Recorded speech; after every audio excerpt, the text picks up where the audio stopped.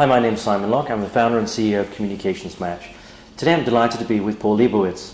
Paul is the President and Chief Creative Officer of Leibowitz Branding and Design, which focuses on the financial services, healthcare and education sectors. How should companies think about their brand in the context of their business? Well, first you have to define what a brand is. And you've heard a million times that a brand is an emotional connection to your product or your service. But you have to go deeper than that. How do you build those fierce loyalties? When you go to a bar and someone orders a premium vodka, why? You have to go deeper than that. And it's real important to figure out how to get to that level of engagement. How do you get someone to have that loyalty and that commitment? And my perception on brands is that you want the external perception of your brand to match your internal perception of your brand. Because when those two are in alignment, what people think of you and what you think of yourself, then you know that your message is being received and it's solid. Before a company decides on a rebrand, what process should they go through? Well, first you have to define the problem. You have to define the business goals. What are we trying to achieve here? Is an overall feeling about the brand, or is there a level of engagement, or is there a call to action that we're trying to achieve? Once you define that problem, it's a lot easier. And to do so, we employ a 5-step process of research and discovery, strategy, design, implementation, and evolution.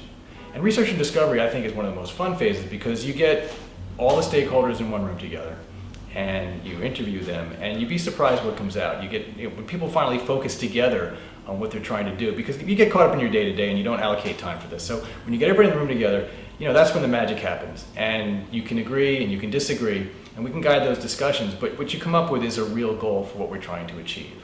And once you do that, it's an evolutionary process. That we develop a strategy that solves for those goals, and once we come up with that messaging, visual and editorial messaging of that strategy, we actually put it to physical presence in the design phase. And once we establish the design, then comes the implementation. So regardless of what channel you're working with, whether it's social, digital, print, it doesn't matter. The overarching brand messaging is there, and it's just tailored for each individual channel. And of course, the last step would be evolution. And evolution is important because brands are living, breathing things, and unless you feed them, they die. So you have to be able to be nimble and pivot if there's market changes, or if you grow, or if you merge. There's things that are always being, every day there's something that you have to pay attention to. And once you have that overall strategy and messaging in place, you'll be able to pivot and succeed. How should brand and design work together? Well, design and content are the physical manifestations of the brand. If you think about it, it's the face of the brand. And every mark on the page, on the screen, it doesn't matter. Everything about that should go back to the messaging and strategy, should support the messaging and the strategy. So design is very important. So whether it's the color you use, or the typographic choice, because that determines the tone of voice, or the imagery, is it something that your target audience can relate to?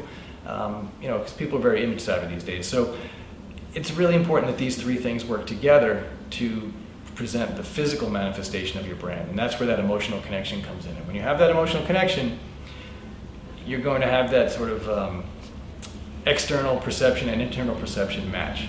And that's what we're trying to do. Ultimately, what you want to do is celebrate what is unique about your company. And that will propel your business forward. When people understand and you provide them with the tools to make an educated decision to interact with your company and engage with your company, that is when your business will propel forward.